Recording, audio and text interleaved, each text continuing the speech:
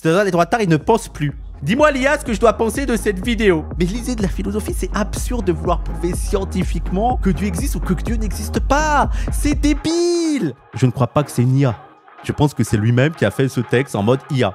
Et j'espère, parce que si c'est ça l'IA, il y a des gros problèmes. Vous allez voir, hein, parce que c'est catastrophique. Prends ton cerveau, prends tes mains et va le lire. Ton IA, elle est complètement éclatée. J'espère que la vidéo vous a plu. C'est la première vidéo qu'on poste. Je répète que c'est une trilogie. C'est le premier épisode, c'était une introduction. Parce que je rappelle que la première fois que j'ai filmé le truc, ça durait 2h30. Et donc, on s'est dit que c'était mieux de le faire en 3 épisodes, parce que vraiment, c'est en 3 parties. Donc, la première partie, elle dure que 36 minutes. Je dis que, parce que les secondes parties, c'est sûr qu'elles vont durer minimum 1 heure. Et la deuxième partie, ce sera « L'islam n'existe pas ». Et là, on va aller vraiment dans les détails de l'islam.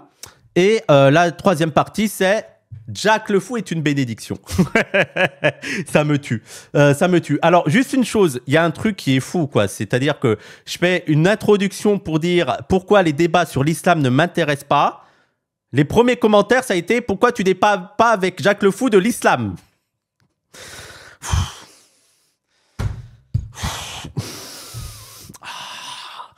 On va passer sur la vidéo critique de l'islam. Et en fait, sur ce super commentaire que j'ai ici.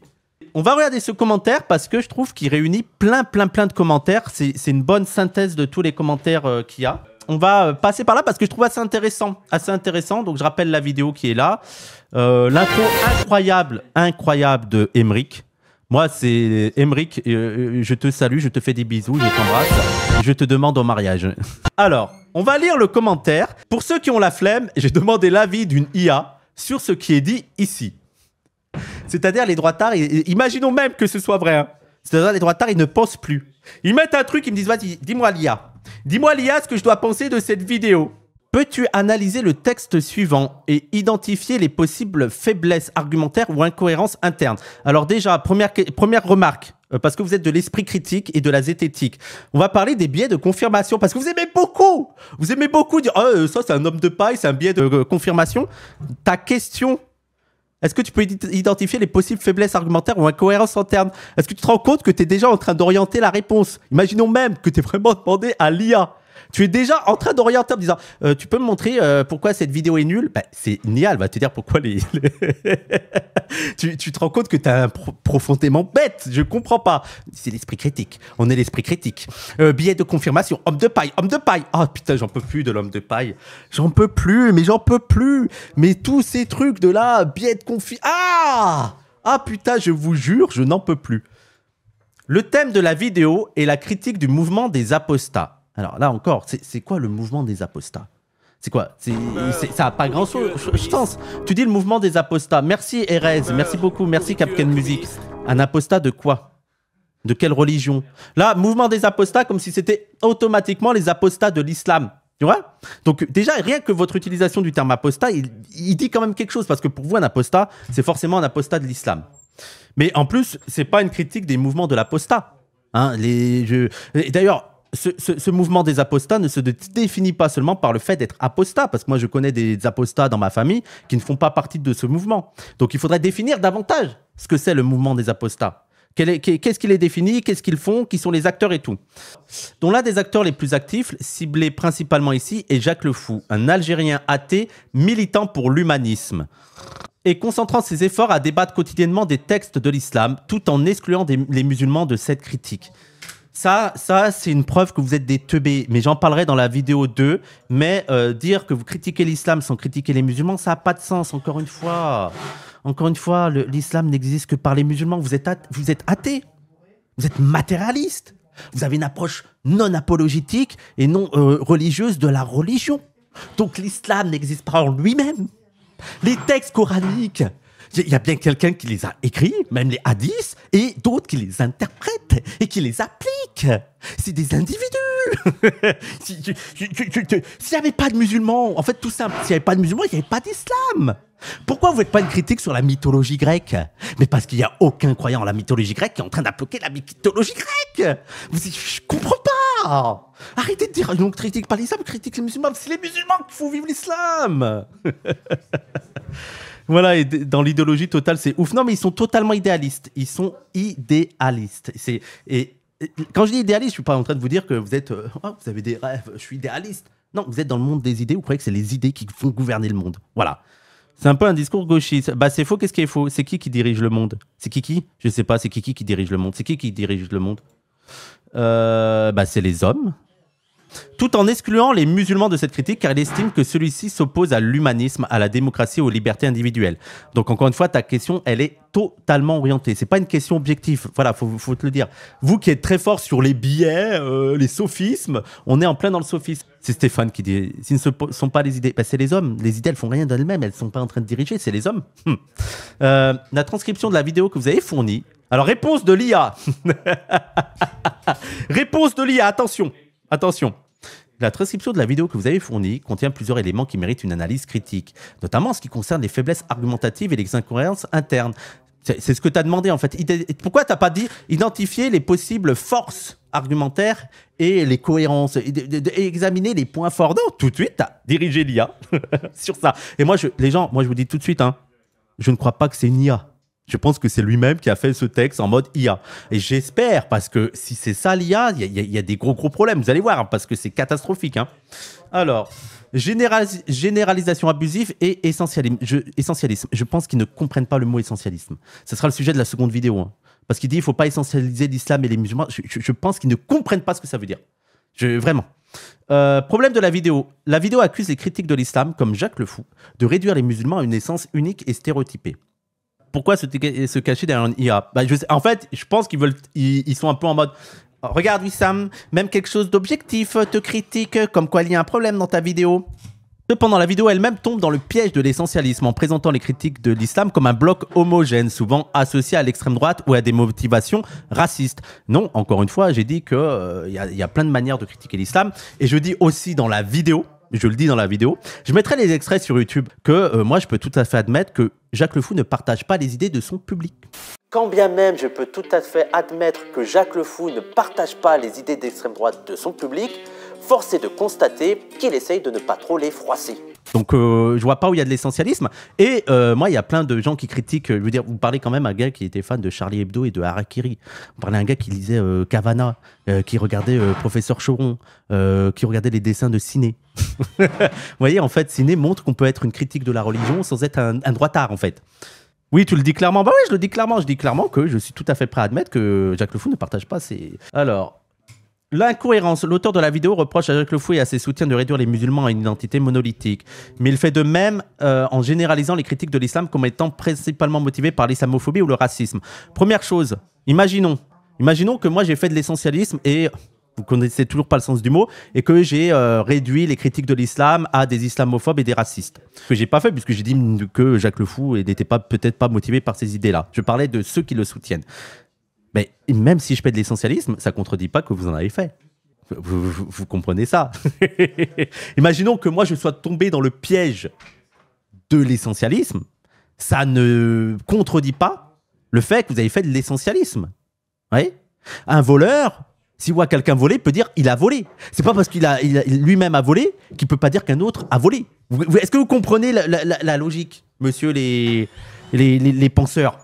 Deuxième, Strawhorn, homme de paille. Oh là là, tu as fait une vidéo, ils ont dégainé l'IA et tout. Mais c'est pas une IA, les gens. Ne croyez pas que c'est une IA. Moi, je suis persuadé que c'est lui. La vidéo semble caricaturer les positions de Jacques Le Fou et ses soutiens. Par exemple, elle suggère que leur critique de l'islam est uniquement motivée par le désir de dominer les musulmans. Alors, je pense que l'IA, si c'est l'IA, hein, c'est le moment où je dis dominer, dominer. Que le véritable enjeu, c'est d'écraser son adversaire, de le dominer, le dominer, le dominer. Et au final, peu importe le rapport à la vérité. Et je dis que dans le débat, dans n'importe quel débat, hein, pas dans, seulement les débats sur l'islam ou que sais-je, les débats sur la gauche, il y a 150 débats sur Internet sur tous les sujets possibles, et ben très souvent, l'objectif premier, c'est d'écraser l'adversaire, c'est pas d'avoir raison. Donc ça ne concerne pas que l'islam. On ne sait pas faire la différence entre IA et le public de Jacques Le Fou. Mais les deux sont artificiels, hein. Dans les deux cas, l'intelligence est vraiment artificielle. L'islam est un désir de dominer les musulmans ou de les humilier sans vraiment engager avec les arguments spécifiques, sans vraiment engager avec les arguments spécifiques qu'ils avancent. En constituant un homme de paille, la vidéo évite de répondre directement aux arguments de Jacques Le Fou sur les contradictions ou les dangers qu'il perçoit dans les textes religieux. Alors ça, comme je vous ai dit, les gars, c'est dans l'épisode 2. Ouais, c'est dans les épisodes 2 où je vous dis qu'il y a le cliffhanger. L'islam n'existe pas. Et il y a un problème dans l'épisode 2, c'est qu'eux, ils vont dire « ça répond pas toujours » parce qu'ils sont en mode l'islam est fasciste. Et je vais expliquer pourquoi ça n'a pas de sens. Dire l'islam est fasciste, ça n'a aucun sens. Parce que, encore une fois, l'islam, c'est autant Chalgoumi que Daesh. Donc, dire l'islam est fasciste, quand dans cet islam, tu as des représentants comme Chalgoumi ou des représentants comme Daesh, l'affirmation l'islam est fasciste n'est pas vraie par l'expérience empirique. Ou alors, vous me dites que non, mais Chalgoumi et tous ceux qui ne sont pas Daesh, ce n'est pas les vrais musulmans. Et alors là, on est dans une autre logique. On est dans une logique où, pour vous, les seuls vrais musulmans, c'est Daesh. Et qu'en fait, vous êtes les alliés utiles du wahhabisme, quoi. Et encore du wahhabisme. C'est même pire que le wahhabisme, hein, parce que Daesh déteste... Bref, voilà, ça n'a pas de sens. Ça n'a pas de sens ce que vous dites. On continue. Appel à l'émotion et à l'identité. Là, ça m'a fait beaucoup rire, les gens. Alors, je vais mettre ma caméra vite fait en haut pour que vous puissiez voir, mais très vite. Oui, non, mais leur argument n'est de dire musulman sunnite ou autre. Ça veut dire quoi, musulman sunnite? D'ailleurs, je reviens sur ça. Je reviens sur ça parce que c'est souvent un truc qui revient très, très, très, très souvent. Non, mais Jacques Le Fou ne parle pas de l'islam en général, il parle de l'islam sunnite. Premier point, ça veut dire que l'islam chiite, c'est mieux pour vous? Mais je croyais que vous étiez contre l'Iran. Moi, très souvent, vous prenez l'exemple des ayatollahs et tout. Donc, pourquoi de vouloir distinguer sunnite, chiite, comme si chiite, c'était profondément différent, alors que vous êtes aussi critique de l'Iran et du régime islamique qui est appliqué en Iran.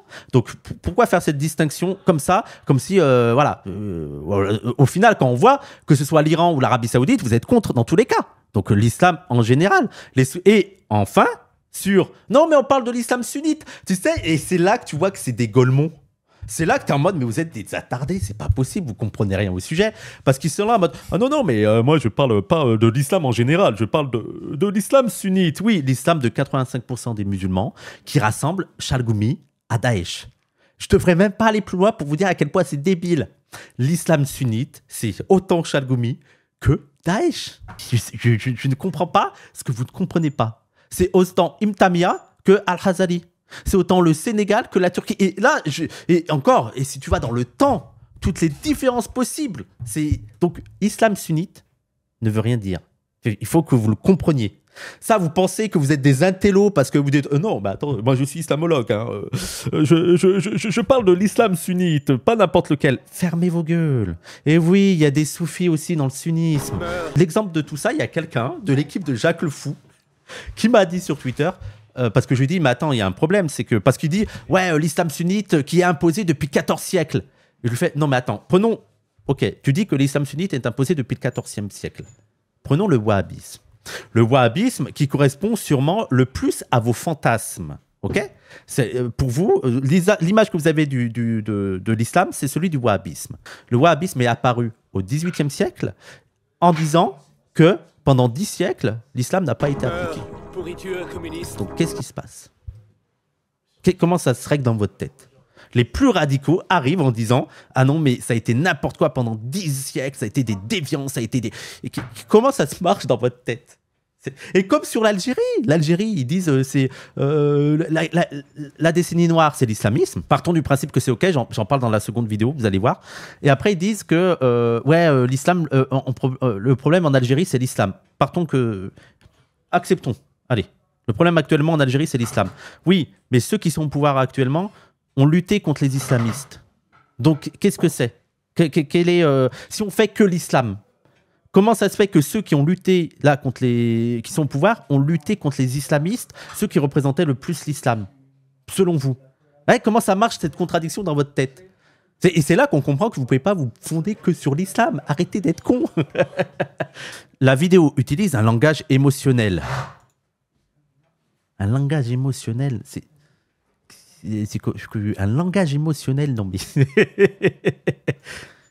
Et identitaire.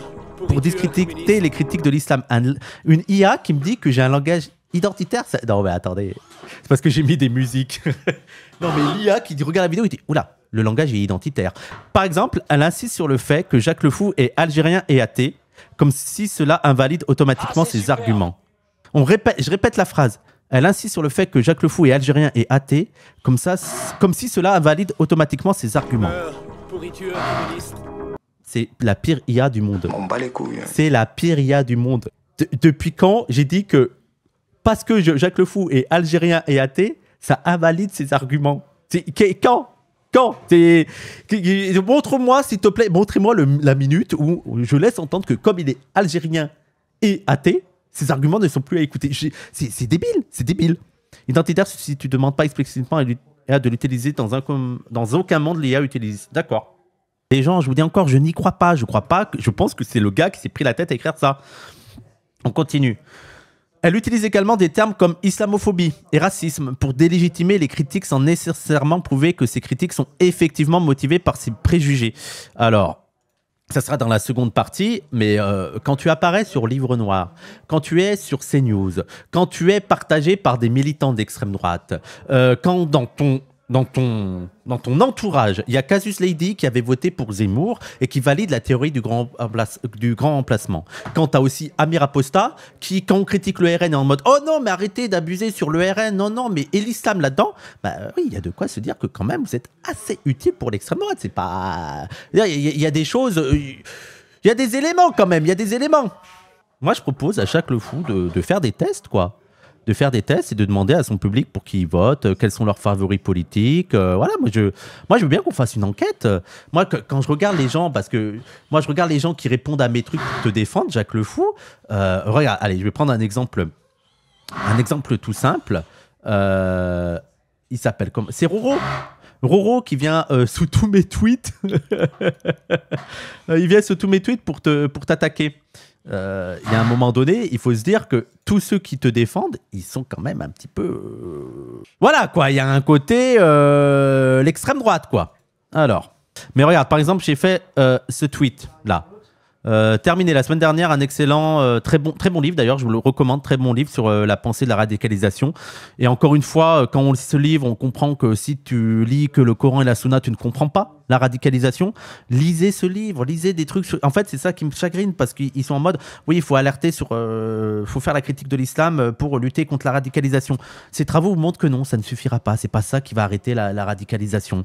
C'est voilà, ils te montrent même que parfois t'en as soit qui ne lisent pas, soit ceux qui sont les plus engagés là-dedans, c'est ceux qui lisent moins ou qui sont tellement endoctrinés qu'ils ne vont pas écouter la rationalité, donc ça ne sert à rien. Et aussi que, en fait, il y a de multiples facettes de raisons à la radicalisation. Donc déjà, lui, je parle d'une truc sur la radicalisation, il me demande le truc sur l'enfer, on va aller voir. Soumission, non merci. Ah bah dis donc, mais son premier tweet... son premier tweet, c'est F de souche. C'est dingue. Hasard de dingue. Et Roro. Momo était la plus grande racaille. On va aller voir Roro. Alors, tac, Damien Rieu. Oh mais, 3 tweets, Damien Rieu. Mais dis donc, mais j'ai quand même l'impression qu'il y a pas mal de fachos dans ton public. Et moi, je te promets, je suis prêt. Si tu me le demandes, on fait une enquête des abonnés de Jacques Le Fou sur Twitter. On regarde Jacques Le Fou et on regarde le pourcentage de personnes qui partagent des trucs d'extrême droite, que ce soit Damien Rieu, F de souche, tout ça. Je suis sûr que t'as pas envie qu'on mène l'enquête, Jacques. Je pense. Sincèrement, parce que la vérité est là, c'est que ton public, il a assez de droite et d'extrême droite. Et en plus, j'ai bien dit dans la vidéo que il y aura l'extrait. Ça peut être aussi vu par un public de gauche confus. La gauche confuse, la gauche islamophobe, et qui dérive de plus en plus en raison de leur islamophobie sur l'extrême droite. Et j'ai donné des exemples comme Onfray, on rappelle que Onfray était libertaire, ou Kuzmanovic. On continue. Wissam Gelef n'arrive pas à savoir si Hitler était d'extrême droite, donc bon, son avis sur Damien Rieu. Oui, non, mais voilà, non, mais j'essaye de répondre. On répond parce qu'il y a une IA qui a analysé ma vidéo, donc on répond. L'auteur de la vidéo critique les apostats, non, pour leur manque de rigueur intellectuelle. Je vais jamais critiquer les apostats. Vous n'êtes pas les représentants des apostats. D'ailleurs, critiquer Jacques Le Fou, c'est pas critiquer les apostats, parce que Jacques Le Fou n'est pas un apostat. Mais vous n'êtes pas le représentant, vous n'êtes pas le porte-parole des apostats. Donc c'est pas les apostats que je critique, c'est vous. Ceux qui font des vidéos critiques de l'islam, nul, gaze. L'auteur de la vidéo, pour leur manque de rigueur intellectuelle, mais il utilise lui-même des arguments basés sur l'émotion et l'identité, plutôt qu'une analyse approfondie sur des idées en jeu. Donc je ne vois pas où j'ai un propos émotionnel, mais je dis... À chaque fois que ça, c'est l'introduction, vous verrez dans le niveau, dans la vidéo 2. Incohérence dans la défense de la liberté d'expression. Celui-là, il m'a fait beaucoup rire. Vous allez voir parce que c'est complètement con. Problème, la vidéo affirme que la liberté d'expression en France permet de critiquer les religions. Mais elle critique également ceux qui exercent cette liberté en qualifiant leurs arguments de nuls ou débiles. Soit c'est l'IA qui est complètement con ou c'est toi qui es complètement con. Parce que déjà, je ne critique pas ceux qui utilisent la liberté d'expression. Vu que je l'utilise moi-même, on s'exprime sans être attaqué, sans être attaqué, puni par l'État. Donc on est en train de jouir de cette liberté d'expression. D'accord? Donc, c'est pas ceux qui utilisent la liberté d'expression qui sont nuls. Ce que j'ai dit dans les vidéos, et je mettrai l'extrait, c'est que la liberté d'expression permet de dire aussi que certaines critiques sur la religion sont débiles. Qu'est-ce que tu ne comprends pas là-dedans? Il y a certaines de vos critiques qui sont bêtes. Oui, la liberté d'expression me permet de le dire. Parfois, je ne comprends pas comment ils peuvent être aussi bêtes. C'est une folie. Cela crée une tension entre la défense de la liberté d'expression et la critique de ceux qui l'utilisent. C'est complètement con. Tu peux dire que quelqu'un qui utilise sa liberté d'expression est con, sans interdire sa liberté d'expression. Moi, je suis pour la liberté d'expression des cons. Leur auteur semble vouloir défendre la liberté d'expression tout en limitant son application à ceux qui critiquent l'islam. Vas-y, dis-moi, quand est-ce que j'ai voulu limiter la liberté d'expression de ceux qui critiquent l'islam? Quand? Qu'est-ce que j'ai donné comme point de vue qui dit qu'ils ne doivent pas faire la critique de l'islam?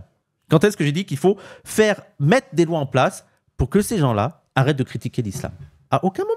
À aucun moment. Cela soulève des questions sur la cohérence de sa position, car il semble accepter la liberté d'expression uniquement lorsqu'elle est utilisée de manière conforme à ses propres vues. Manque de nuances dans l'analyse des motivations. Problème, la vidéo suggère que les critiques de l'islam sont principalement motivées par des agendas politiques d'extrême droite ou par un désir de domination. Moi, je sais pas, mais... Majid Oukasha qui va sur CNews ou sur Livre Noir, il y a de quoi être circonspect. Ça ne t'intéresse pas de traiter de la véracité de l'islam dans un but scientifique? Pourquoi ça m'intéresserait? Vas-y, dis-moi. Moi, dites-moi pourquoi ça m'intéresserait d'essayer de prouver. En plus, ça n'a pas de sens, c'est complètement débile. Les débats pour prouver scientifiquement que Dieu existe ou pas, c'est une absurdité. Mais lisez de la philosophie, c'est absurde de vouloir prouver scientifiquement ou que Dieu existe ou que Dieu n'existe pas. C'est débile. C'est débile. Je ne comprends pas, vous êtes des teubés. Et je m'en fous d'essayer de prouver que l'islam, c'est la bonne religion, c'est pas mon combat. Vous faites ce que vous voulez. C'est pas le principe de la foi. Bah oui, le principe de la foi, on s'en fout de savoir scientifiquement prouvé ou pas. C'est au-delà de la science. Non, mais il y a des phrases dans le Coran qui entrent en contradiction avec l'astrophysique actuelle. Mais on s'en fout, mais c'est au-delà de ça, mais les gens... En fait, il y a des gens, dès qu'il y a quelqu'un qui ont essayé de prouver que le Coran était en adéquation avec la science, il y a déjà des musulmans qui ont dit « Mais non, mais ça c'est débile, on s'en fout ». Allez lire cet article de Terry Engleton, Misère de l'athéisme, et vous verrez qu'en fait, vous êtes dans des débats sur prouver scientifiquement que la religion ou que Dieu existe et tout. C'est des débats qui sont déjà dépassés dans la théologie sérieuse. Dans la théologie sérieuse, on ne cherche pas à savoir si c'est prouvé scientifiquement et tout. C'est d'autres débats philosophiques. Donc, oui, voilà, Maurice Bucaille et tout, mais laissez tomber ces livres, ça n'a pas d'intérêt. Et dans l'islam même, et là, c'est un philosophe chiite, je ne sais plus son nom, critiquait déjà même le principe de rationalité, pas seulement dans le terme de la religion, mais comme blocage à un élargissement de la pensée. Mais bref, débat que même les scientifiques n'ont pas. Oui, même les scientifiques n'ont pas, mais en plus, gars, ni moi, ni Jacques Le Fou, n'avons les compétences scientifiques pour régler cette question. Je veux dire, il faudrait être un pro de l'astrophysique. Je pense pas. Alors moi, c'est sûr que j'ai pas les compétences scientifiques, mais Jacques Le Fou encore moins.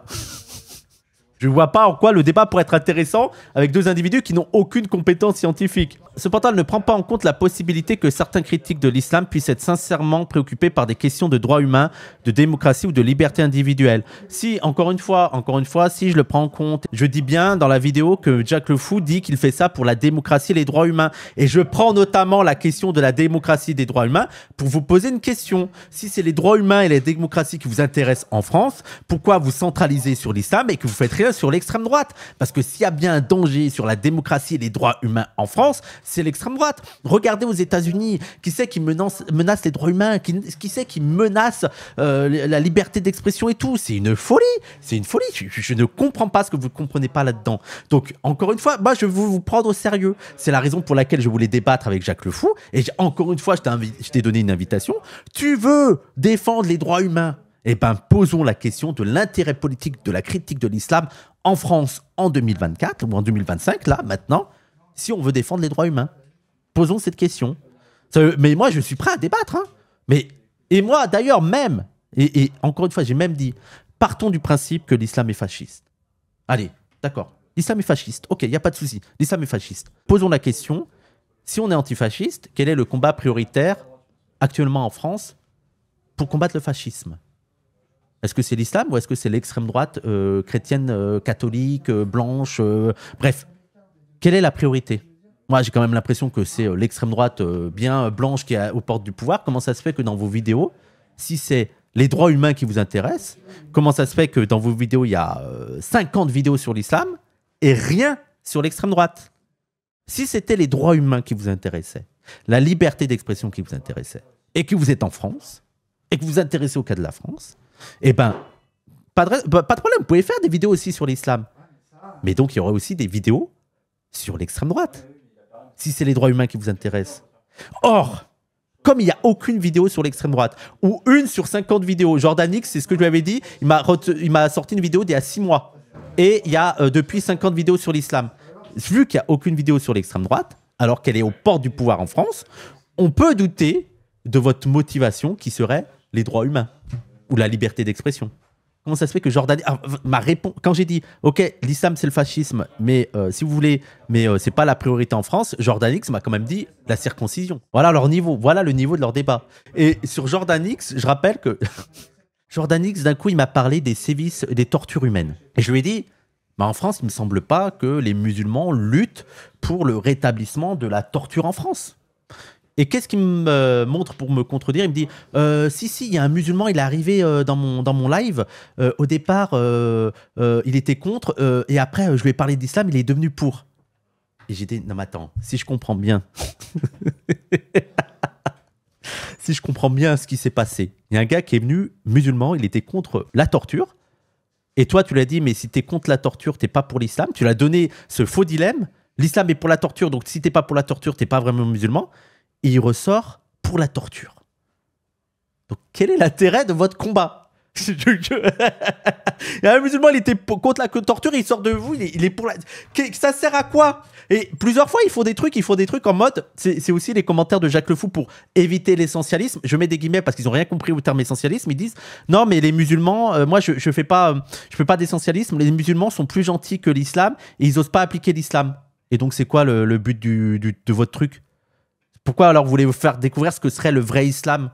S'ils n'appliquent pas le vrai islam, et que pour vous, le vrai islam, il est autoritaire, il est méchant et il n'est pas bien, eh ben tant mieux. Pourquoi vous voulez leur faire découvrir ce que serait le vrai islam? Pour qu'ils redeviennent comme ils étaient déjà? C'est-à-dire non islamiques? Vous vous rendez compte que ça n'a pas de sens ce que vous faites? En parlant de la circoncision, est-ce que Jordan X est au courant du sort réservé aux enfants intersexes en France? Bah oui, mais je lui ai posé la question. D'ailleurs, je ne sais pas s'il a refait des vidéos sur... attendez, on va voir. Est-ce qu'il a fait des vidéos sur les intersexes? Il n'a pas encore fait les intersexes, comme quoi, bah, en fait, c'est pas la torture des enfants qui l'intéresse, c'est seulement cracher sur l'islam. Parce que si c'était la torture sur les enfants dont on lui coupe le zizi, il aurait parlé des intersexes et il n'en a toujours pas parlé. Voilà, on continue. En refusant de reconnaître la diversité des motivations derrière les critiques de l'islam, c'est faux. La vidéo simplifie excessivement un débat complexe et multifacette. Ok. Contradiction sur la nature des débats. La vidéo critique les débats publics comme étant trop superficiels. C'est pas les débats publics que je critique, c'est les débats oraux. Okay. Comme étant trop superficielle et axée sur la performance plutôt que sur la recherche de la vérité. Et oui. Cependant, elle ne propose pas de solution alternative ou de méthode pour engager des débats plus constructifs. Faut arrêter de se foutre de ma gueule, mon gars. Pourquoi l'équipe de Jack Le Fou, qui aime tant débattre, ils passent leur vie à débattre, ils refusent les débats écrits. Ils veulent que des débats oraux. Et je trouve ça bizarre parce que c'est quand même des gens qui disent défendre la science, la rationalité, la zététique, l'esprit critique. Et je me disais, les débats écrits, c'est quand même un peu plus rigoureux. Alors ça peut paraître un peu fou, mais il me semble que justement, à l'écrit, c'est plus efficace. C'est bien plus sérieux. En tout cas, si tu veux faire un travail intellectuel, ça évite plein de biais. La forme écrite est certainement la meilleure option, la meilleure forme pour éviter les sophismes, mais aussi pour présenter avec plus de précision et d'arguments possibles ta réflexion. Et vous savez quoi? C'est pas un hasard si les universitaires, c'est-à-dire les gens qui ont un travail intellectuel, ont tendance à déserter les plateaux télé pour préférer la forme écrite. Toi, t'as l'IA la plus éclatée du monde, mon gars. soit t'es un menteur. L'auteur dénonce les débats publics comme étant inefficaces, mais il ne semble pas offrir de cadre alternatif pour discuter des questions religieuses ou philosophiques de manière plus rigoureuse. Si les débats écrits, c'est dans la vidéo, il y a bien 1 minute sur ça. Appel à l'autorité et à la complexité. La vidéo suggère que les critiques de l'islam manquent de profondeur et de compréhension des textes religieux, tout en invoquant des auteurs et des penseurs complexes comme Ibn Arabi pour justifier sa position. Cependant, elle ne fournit pas d'analyse détaillée de ces auteurs ou de leurs idées. Non mais je vais pas... Non mais... En fait, je vous ai donné des pistes. Je vous ai cité aussi la conférence sur la charia. Je ne sais plus comment il s'appelle. D'ailleurs, c'est l'une des figures de l'islam de France. Khaled Benchir, je ne sais plus comment il s'appelle. Mais je ne vais pas vous expliquer Ibn Arabi. Allez lire, je ne sais pas. C'est ce que j'arrête pas de dire dans la vidéo.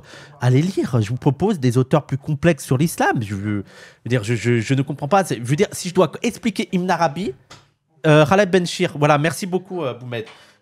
Je vous donne des pistes. En fait, je vous donne des pistes. Je vous dis, les gars, si vous voulez arrêter d'aller voir des débats où ça tourne en rond sur l'âge de Aïcha, sur couper des mains ou sur hadith, tel hadith ou tel hadith, allez lire des penseurs musulmans qui sont un peu plus philosophiques, plus intéressants, notamment Ibn Arabi.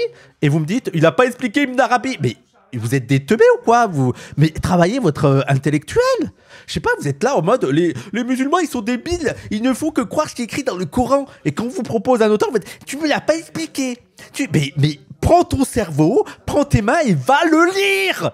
L'auteur reproche critique de Mangueriga, mais il ne démontre pas lui-même une compréhension approfondie des textes ou des arguments qu'il invoque. Ça va être dans la partie 2. En fait, dans la partie 2, je vais vous montrer pourquoi on sent pas les couilles des textes. C'est dingue de dire ça de la part d'un musulman. Mais je vais vous montrer que pour comprendre les sociétés musulmanes dans leur histoire, pour comprendre les musulmans, et même pour comprendre l'islam lui-même, c'est pas nécessaire, en fait, c'est pas primordial les textes. Vous pouvez analyser les sociétés musulmanes sans pour autant vous fonder sur le Coran et la Sunna. Vous allez voir. Alors bien sûr, il y a une base, hein. Bien sûr qu'il faut, ça peut être utile, mais il ne faut pas se reposer que sur ça. Si vous vous reposez que sur le Coran et la Sunna, vous n'allez rien comprendre. Vous allez rien comprendre. Ça va, Samos? Ça va? Moi aussi, je travaille. Et Raz, mais oui, mais toi, ils t'ont vu travailler. Le pays qui est le plus régi par l'islam, ou même l'Afghanistan, on ne peut pas comprendre l'Afghanistan ou l'Arabie Saoudite si vous avez que le Coran et la Sunna. Simple. Problème de la réception du public. La vidéo accuse le public de Jacques Le Fou d'être principalement d'extrême droite ou islamophobe, mais elle ne fournit pas de preuves concrètes pour étayer cette affirmation. On ira voir le public de Jacques Le Fou, les gars. Non, mais... Elle se base sur des impressions plutôt que sur des données empiriques.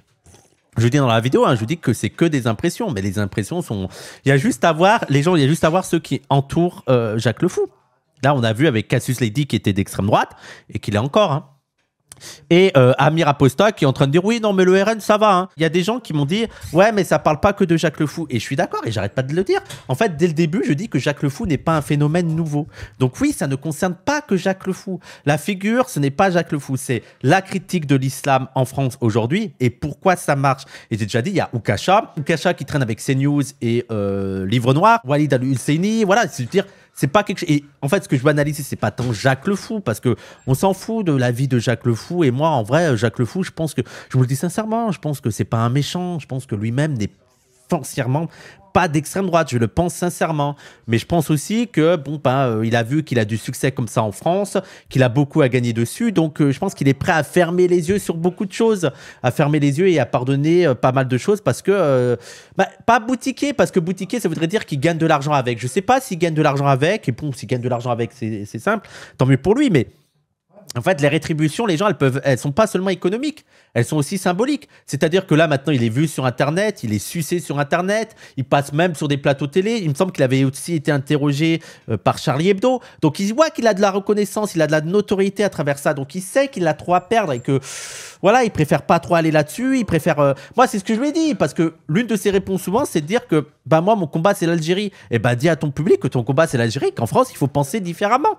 Il va jamais le faire parce que il sait qu'il a trop à perdre là-dedans et qu'il veut garder ce public en France. Et le gars, il gagne un peu l'argent dessus. Et écoute, tant mieux pour lui. Après, les impressions, c'est pas super fiable non plus. Bah, bien sûr, oui. Non, mais je le dis dans la vidéo. Pour l'instant, c'est que des impressions. Mais elles sont validées. Voilà, quand t'as Jordan X, quand t'as tout ça qui t'entoure, voilà. Jordan X, encore une personne qui a pas vu le salut nazi avec Elon Musk. Mais je sais que Jacques Le Fou, apparemment, l'a contredit sur ça. C'est pour ça que moi, je dis que Jacques Le Fou, je pense pas qu'il a des idées d'extrême droite. Je le pense pas. Et la conclusion, on est à la fin, la vidéo présente plusieurs faiblesses argumentatives et incohérences internes, notamment en ce qui concerne la généralisation abusive. C'est pas du tout leur cas, ils généralisent pas. Hein. En disant l'islam c'est ça et ça peut être rien d'autre, et l'islam sunnite c'est ça et ça peut être rien d'autre, ils ne font jamais de généralisation abusive. L'utilisation d'arguments émotionnels. Je sais pas, c'est quoi l'argument émotionnel que j'ai mis? L'humour, ouais, c'est peut-être l'humour. Et le manque de nuances dans l'analyse des motivations de critique de l'islam. Elle critique les apostats pour leur manque de rigueur. Je critique pas les apostats. Ton IA, elle est complètement éclatée. J'ai des apostats dans ma famille, on a des apostats dans nos environnements, dans nos amis et tout. C'est pas eux qu'on critique, on critique un certain phénomène, pas les apostats. Et plus les apostats de où quand est-ce que, par exemple, j'ai critiqué les apostats du judaïsme, ou les apostats du christianisme, ou les apostats, voilà. Et les convertis qui sont chez nous, par exemple, tu as des convertis qui sont d'anciens chrétiens, c'est des apostats. Est-ce que je les critique? Voilà.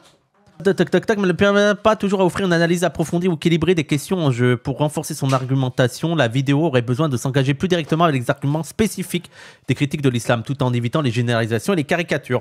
Ça sera dans l'épisode 2. Bah voilà, merci l'IA. J'aimerais bien savoir quelle est l'IA qui a fait ça, parce que c'est quand même assez inquiétant. Les gens, regardez ça. 2200 commentaires. 2200 commentaires. Et en fait, parfois, on m'envoie des fous du bus. Regardez ça, il est malade. Pourquoi au moment où Wissam dit athée, une flamme apparaît avec un pentacle? C'est une façon de rappeler que l'athée ira en enfer. C'est une vanne. C'est juste une vanne. Quand j'ai dit athée, j'ai mis un truc satanique. C'est une blague. Tu sais, je fais des blagues. Voilà, faut pas se... Pourquoi préciser que Jacques Le Fou est athée et n'est donc pas apostat? C'est un premier sophisme.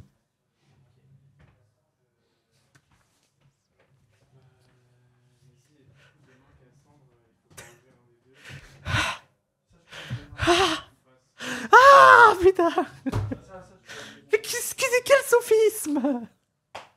Et en plus, il y a des gens qui m'ont dit « Wissam, tu dis que Jacques Le Fou, il est apostat, alors que non, il n'est pas apostat, il est athée. » Faut se mettre d'accord, les gens, en fait.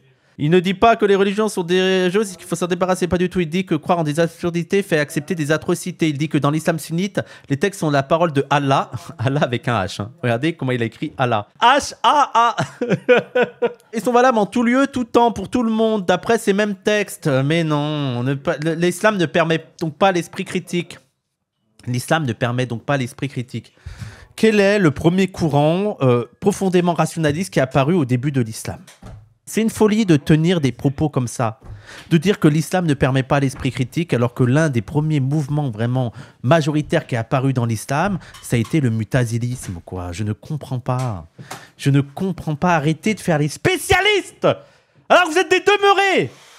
Eh ben écoutez les gens, ceux qui n'ont pas aimé cette première vidéo, bah écoutez, abonnez-vous, activez la cloche et ne ratez pas le second épisode parce que je pense qu'il va beaucoup vous intéresser. Il faudrait que j'ai un signe à la fin, tu vois, selon l'humeur et tout, tu vois, genre un truc, une signature du petit oui-oui, tu vois. Et ben ma signature du petit oui, ce sera ça. Allez!